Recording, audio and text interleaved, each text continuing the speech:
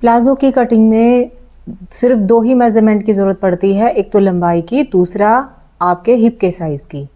जैसे बहुत सारी क्वेरी आती हैं और वो मुझे ये कहते हैं कि मैम जो कमर के साइज़ है उसके हिसाब से आप प्लाजो बताइए। तो कमर तो कई बार ऐसा होता है कि कमर और हिप के साइज़ में डिफरेंस बहुत ज़्यादा अंतर हो जाता है। जब भी हम कटिंग करते हैं, सामने वाले पार्ट की कटिंग करते हैं पहले, और उसमें एक तो लंबाई लेते हैं, लंबाई में 2 इंच प्लस करते हैं, दूसरा जो हिप का साइज़ होता है उससे ही हम इसकी चौड़ाई लेते हैं। कमर के साइज़ की ज़रूरत पड़ती है हमें जब हम बेल्ट लगाते हैं, नहीं तो हमें नीचे जैसे बाकी जो कटिंग होती है उसमें कमर के साइज़ की ज़रूरत नहीं होती है। और ये जो सिंपल इलास्टिक वाला प्लाजो है, इसमें क्या होता है कि जो 2 डार्ट डालते हैं हम फ्रंट पार्ट में सेंटर पॉइंट लेके, वो डार्ट नहीं डलती, ये बिल्कुल वैसे ही बनता है जैसे आगे पीछे बस दोनों साइड इलास्टिक होती है इसके। बाकी जो इसका मेजरमेंट होता है वो सेम चलेगा, जिसे आप स्ट्रेट प्लाजो भी बना सकते हो या फिर पैंट प्लाजो भी बना सकते हो, वो तो इसकी फिटिंग पे डिपेंड करता है। तो चलिए स्टार्ट करते हैं कटिंग। सबसे पहले इस फैब्रिक को हमने डबल फोल्ड करके और इस तरह से 4 फोल्ड कर लिया है। अब ये जो खुले वाले पार्ट है ये मेरी साइड है, ये चारों हिस्से खुले हुए हैं, और जो बंद पार्ट है ये वाला है। इस फैब्रिक का यूज़ करेंगे हम पॉकेट्स बनाने में और जो ऊपर बेल्ट ऐड होगी उसको करने में, वहाँ पे ये यूज़ होगा। तो पहले नीचे से इसको इक्वल कर लीजिए।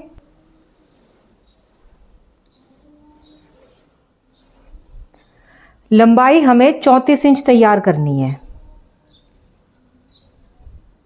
और जो हिप का साइज़ है वो है हमारा 40 इंच।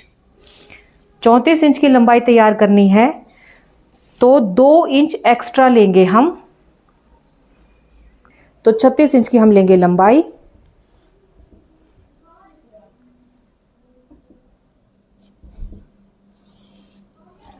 छत्तीस इंच की लंबाई लेने के बाद अब जो चौड़ाई लेनी है वो हम देखेंगे हिप के साइज़ के अकॉर्डिंग। हिप अगर 40 इंच के हैं तो ये 4 हिस्से फैब्रिक रखा होता है, 40 के भी 4 हिस्से करेंगे, वो आता है 10, और 10 में हम 1 इंच ऐड कर देंगे मार्जिन का, तो वो हो गया 11 इंच। यहाँ से 11 इंच नाप दीजिए अंदर की साइड, 11 इंच हो गया। अब यहाँ से जो आसन लेना है हमें वो लेंगे हम 9 इंच पे, ऊपर 2 इंच की बेल्ट भी ऐड होगी तो वो इजीली फिर 10:30 11 तक पहुंच जाएगा। 9 इंच पे हम आसन लेंगे। अगर किसी के हिप भारी है, हिप का साइज़ 44-45 से ऊपर है तो 9.5 लोगे आप, इससे ज़्यादा नहीं लेना है। अब 9 इंच के हमने आसन ले लिया, 2 इंच हम यहाँ पे बढ़ाएंगे, ये फिटिंग का निशान जाएगा हमारा। अब कुछ मार्जिन भी चाहिए तो 1 इंच का हम लेंगे इसमें मार्जिन, ये यानी ये लाइन आ गई, ये हमारी टोटल चौड़ाई आ गई है प्लाजो की, जो लगभग 14.5 बनती है। अब इसका सेंटर पॉइंट लेना है हमें 7.25 पे, ये सेंटर पॉइंट आ गया है। इस लाइन को आप मिला दीजिए, ये आ गया ऊपर से सेंटर पॉइंट, 7.25 पे था, ये आ गई, ये हमारी सेंटर वाली लाइन आ गई है। अब हमें देखना है कि हमें चौड़ाई कितनी लेनी है। इस बार हमें जो पोंचे की मोहरी है वो 9 इंच की तैयार करनी है। ये कुछ मार्जिन में चला जाएगा इतना, यहाँ पे 1.25 इंच, ये इतना हमें लेना होगा, ठीक है।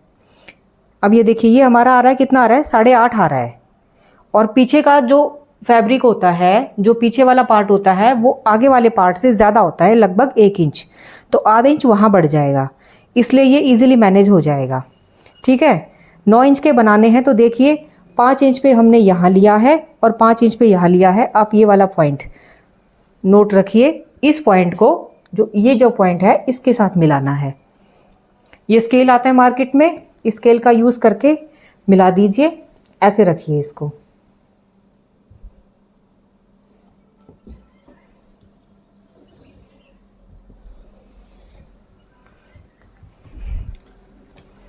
ये हमारा इस तरह से जाएगी फिटिंग।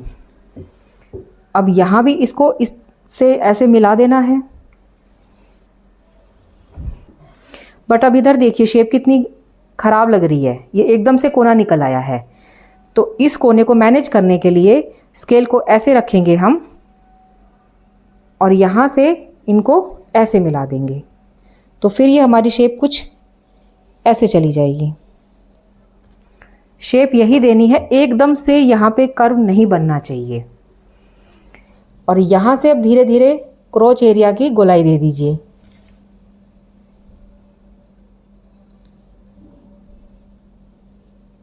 ऐसे ये हमारी फ्रंट पार्ट की कटिंग होगी।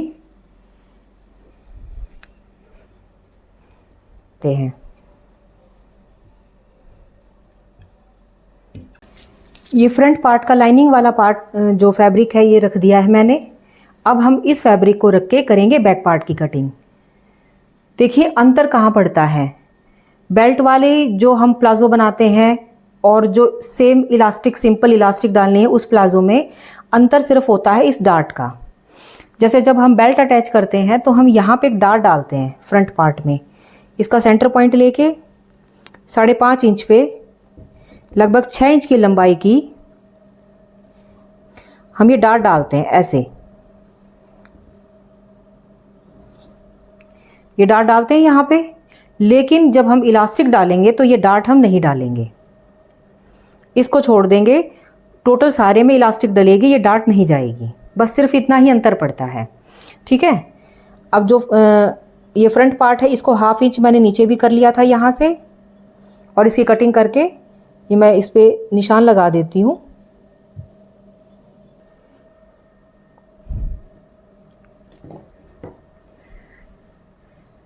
ये थी हमारे फ्रंट पार्ट की मार्किंग। हर जगह से वो नीचे से तो बढ़ेगा 1 इंच यहाँ से, लेकिन यहाँ से हमें बढ़ाना है उसको 2 इंच, यहाँ से भी 2 इंच बढ़ जाएगा। और जो ये लंबाई है आपकी मेन लंबाई ये थी, ये वाली, यहाँ से इसको 3 इंच ऊपर ले लीजिए। 3 इंच ऊपर लेके मिलाना तो इसी पॉइंट से है इसको, तो फिर या तो ये राउंड वाले स्केल से कर लीजिए आप, या फिर हाथ से शेप दे दीजिए। राउंड वाला स्केल रख के ऐसे ये पीछे वाली शेप की आ जाएगी आपकी कटिंग। और ये लाइन ऐसे सीधी थी, यहाँ पे ये थी, इधर से जब हमें 1 इंच लेना था उस पे पॉइंट पे, और ये 2 इंच वाली लाइन है यहाँ पे, इसको रख के ये इस तरह से निशान लगा दीजिए। और जो क्रोच एरिया है आपका, इसको धीरे धीरे करके ठीक ऐसे ही यहाँ इससे मिला दीजिए। ये आपके बैक पार्ट की कटिंग आ जाएगी। यहाँ से ये सेम रहेगा, ठीक है। तो बैक पार्ट की कटिंग आपकी ये वाली होगी।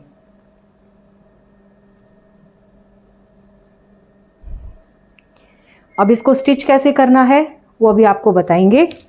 स्टार्ट करेंगे स्टिचिंग। अब दोनों ही पार्ट मैंने एक दूसरे के ऊपर रख के दिखा दिए हैं। जैसे इधर से तो ये बिल्कुल बराबर है। अब यहाँ से भी अगर आप स्टिच करोगे इसको ये इस तरह से, तो ये भी बराबर आना चाहिए पॉइंट, यहाँ से ये वाली लंबाई।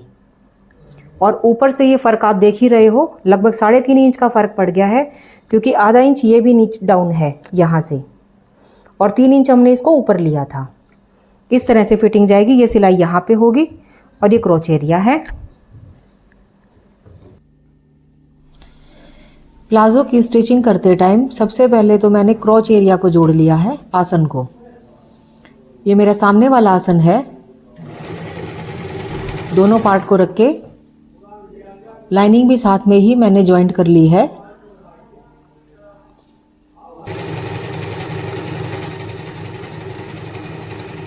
आसन को जोड़ने के बाद छोटे छोटे कट डाल दीजिए, क्योंकि मुझे इसको डबल फोल्ड करके एक सिलाई और लगानी है ऊपर से, उससे फिनिशिंग आ जाएगी और सिलाई में मजबूती भी आ जाएगी। ये सिलाई खुलेगी नहीं, फिर बिल्कुल पास पास से मैंने सिलाई लगा दी है इस तरह से। अब ऐसे ही दूसरे क्रॉच एरिया को भी जोड़ लेंगे। अब क्रॉच एरिया जोड़ने के बाद फिर बारी आती है साइड वाली सिलाई की। मैं सिर्फ एक साइड ही पॉकेट लगाऊंगी, तो दूसरी साइड मैंने पूरी साइड सिलाई कर दी है। सिलाई करने के बाद जो ये फैब्रिक था इसको पीछे वाले हिस्से की साइड करके ऊपर से फिनिशिंग की एक सिलाई और लगा दी है। बिल्कुल सिलाई जो हमने लगाई थी उसके पास पास लगानी है। अब लगाने के बाद ये वो हिस्सा है जहाँ पे हमें लगानी है पॉकेट। तो पॉकेट लगाने के लिए इसको ऊपर से मैंने 2 इंच नीचे छोड़ के निशान लगा दिया था और उसके बाद 6.5 इंच पे।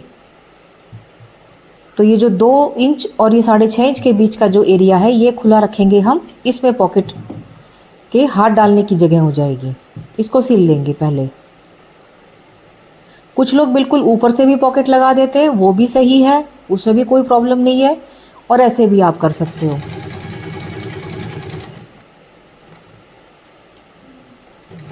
इसको यहीं से वापस ले जाएंगे।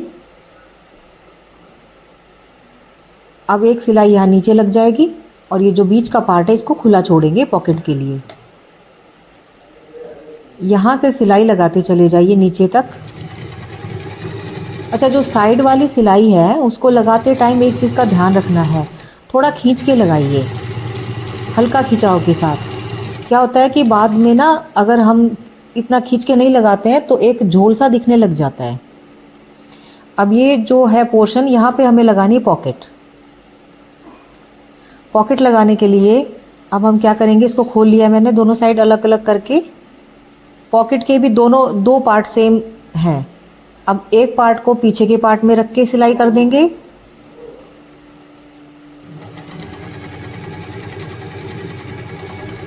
बाद में इस पॉकेट को जोड़ेंगे हम। पहले हम इस पूरे पे यहाँ पे सिलाई लगा देंगे। जहाँ 6.5 इंच की जो मार्किंग थी वहाँ तक ये कट डला हुआ था, बस यहाँ तक इसको सिलाई लगा देंगे हम।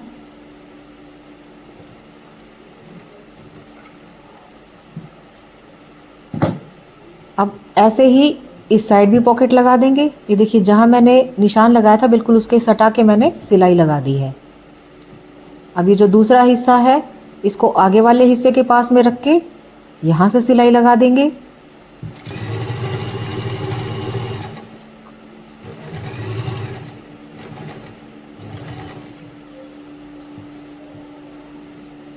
अब हम क्या करेंगे कि इस पॉकेट को जोड़ लेंगे। ये खुली हुई है पॉकेट हमारी। दोनों हिस्सों को बराबर रख के ऊपर से इसको हमने जोड़ना शुरू कर दिया है।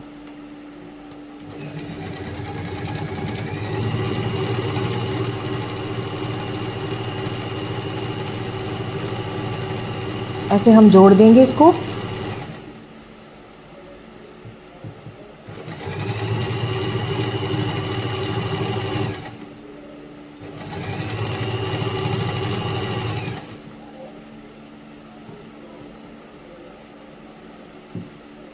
अब इधर थोड़ा सा कट लगा दीजिए, जुड़ना आसान हो जाएगा।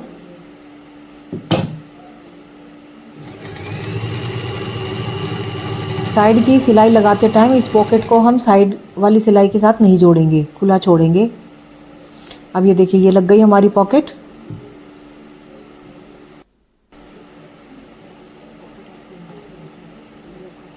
अब जो सामने वाला पार्ट था ये इधर पॉकेट का मुंह आगे वाले हिस्से की तरफ करके एक सिलाई लगा दीजिए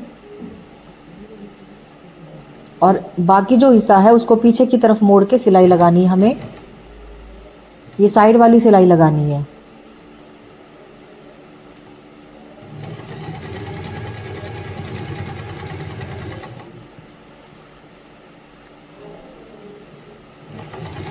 जो भी फैब्रिक था हमारा सिलाई में जो दबाया था हमने मार्जिन में, उसको पीछे वाले हिस्से की तरफ लगा के सिलाई करनी है, जैसे उस साइड की थी हमने। ये फिनिशिंग की सिलाई होती है, इससे आपका कपड़ा अच्छे से दब जाता है। ये देखिए ये आपकी पॉकेट लग गई है। ये देखिए यहाँ पे ऊपर से बिल्कुल सफाई से पॉकेट लग गई है हमारी। अब हमें जोड़नी है ऊपर बेल्ट इलास्टिक के लिए। ये लगभग 4.5 इंच की लंबाई का फैब्रिक मैंने लिया है। चौड़ाई में थोड़ा एक्स्ट्रा ले लिया है, जितना भी बचेगा उसको बाद में कट कर देंगे। एक पट्टी काफ़ी नहीं थी, इसलिए दूसरी मैंने इसके साथ अटैच कर दी थी। अब पट्टी लगाने का बेस्ट तरीका ये है कि आप इसको पीछे वाली साइड से, जो उल्टे वाली साइड है वहाँ से जोड़ना शुरू कीजिए और बाद में फोल्ड करके आगे ले आइए। इससे आपकी सफाई अच्छे से आ जाएगी।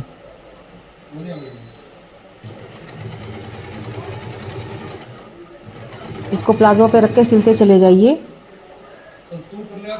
ये पट्टी जोड़ते टाइम ध्यान रखिएगा कोई भी फैब्रिक खिंच के ना लगे आपका, क्योंकि प्लाजो की जो कटिंग है हमारी वो थोड़ी सी ओरेब में हो गई थी, पीछे वाली भी गोलाई में थी और आगे का भी आधा इंच कम किया था, तो खींच के नहीं लगाना है इसको।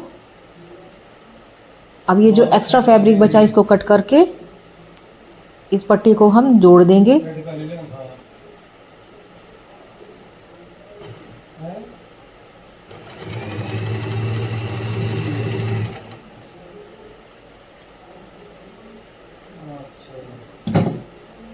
जोड़ने के बाद अब एक सिलाई मैंने और लगा दी है ताकि ये सिलाई अच्छे से दब जाए। ऊपर की तरफ करके सारे कपड़े को एक सिलाई लगा दी है मैंने। ये इस तरह से रेडी हो गया है। अब इस पट्टी को हमें लगभग 1.5 इंच की चौड़ाई लेके इसको फोल्ड करना है। 1.25 इंच की हमारी इलास्टिक होती है, 1.5 इंच की चौड़ाई लेके इसको हम फोल्ड करेंगे।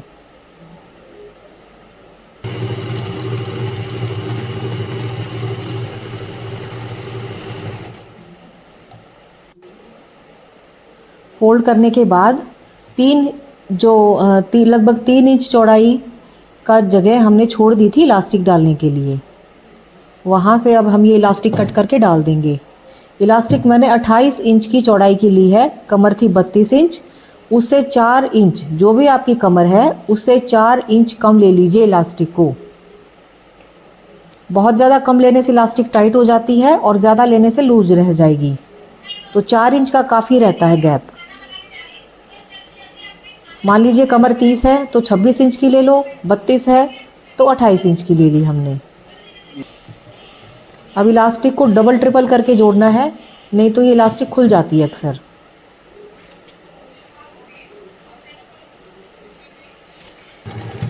अब ये मैंने उस गैप को बंद कर दिया है जहाँ से मैंने इलास्टिक डाली थी।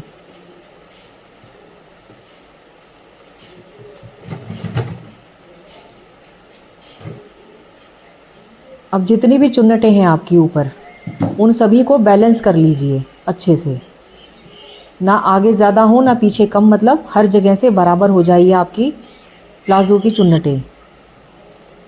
बराबर होने के बाद इसको खींच के अच्छे से खींचना है और सेंटर में एक सिलाई लगाते चले जाइए। इससे आपकी इलास्टिक में बहुत अच्छी फिनिशिंग आ जाएगी।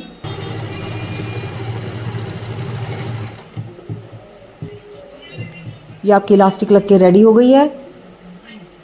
अब सिर्फ नीचे वाली हमारी सिलाई रहती है। 3 इंच, मैंने कटिंग में भी बताया था कि 3 इंच इसको हम फोल्ड करेंगे नीचे से।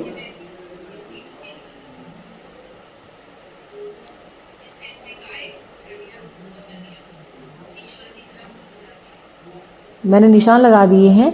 अब फोल्ड करना इजी रहेगा। ऐसे फोल्ड करके यहाँ जब निशान आए, ये देखिए इधर नीचे निशान आ गया बिल्कुल बॉटम पार्ट में। अब इस तरह से ये इक्वल रहेगा, इसको फोल्ड कर दीजिए और सिलाई लगा दीजिए।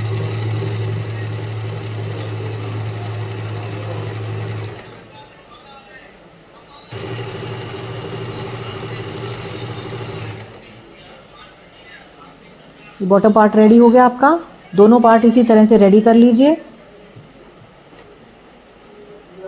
अब मोहरी का निशान लगा के लगभग 1.25 इंच साइड से मैंने छोड़ के निशान लगा दिए हैं। आधा इंच भी छोड़ दीजिए, 1.25 इंच छोड़ते हैं तो बहुत अच्छी बात है। आधा इंच से कम मत कीजिएगा, ये सेंटर वाली लाइन होती है अंदर की। इतनी चौड़ाई के ऊपर निशान लगा के अब हम इसको सिल देंगे।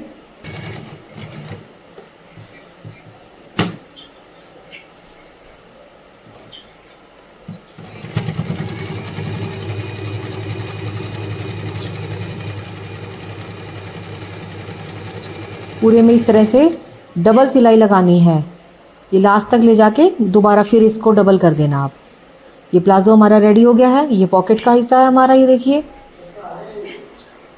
बहुत अच्छे से पॉकेट लग गई है हमारी।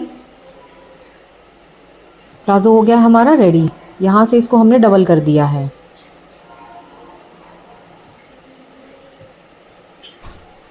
ये हमारा क्रॉच एरिया है सामने का और ये इलास्टिक लग गई है, तो प्लाजो हमारा हो गया है रेडी।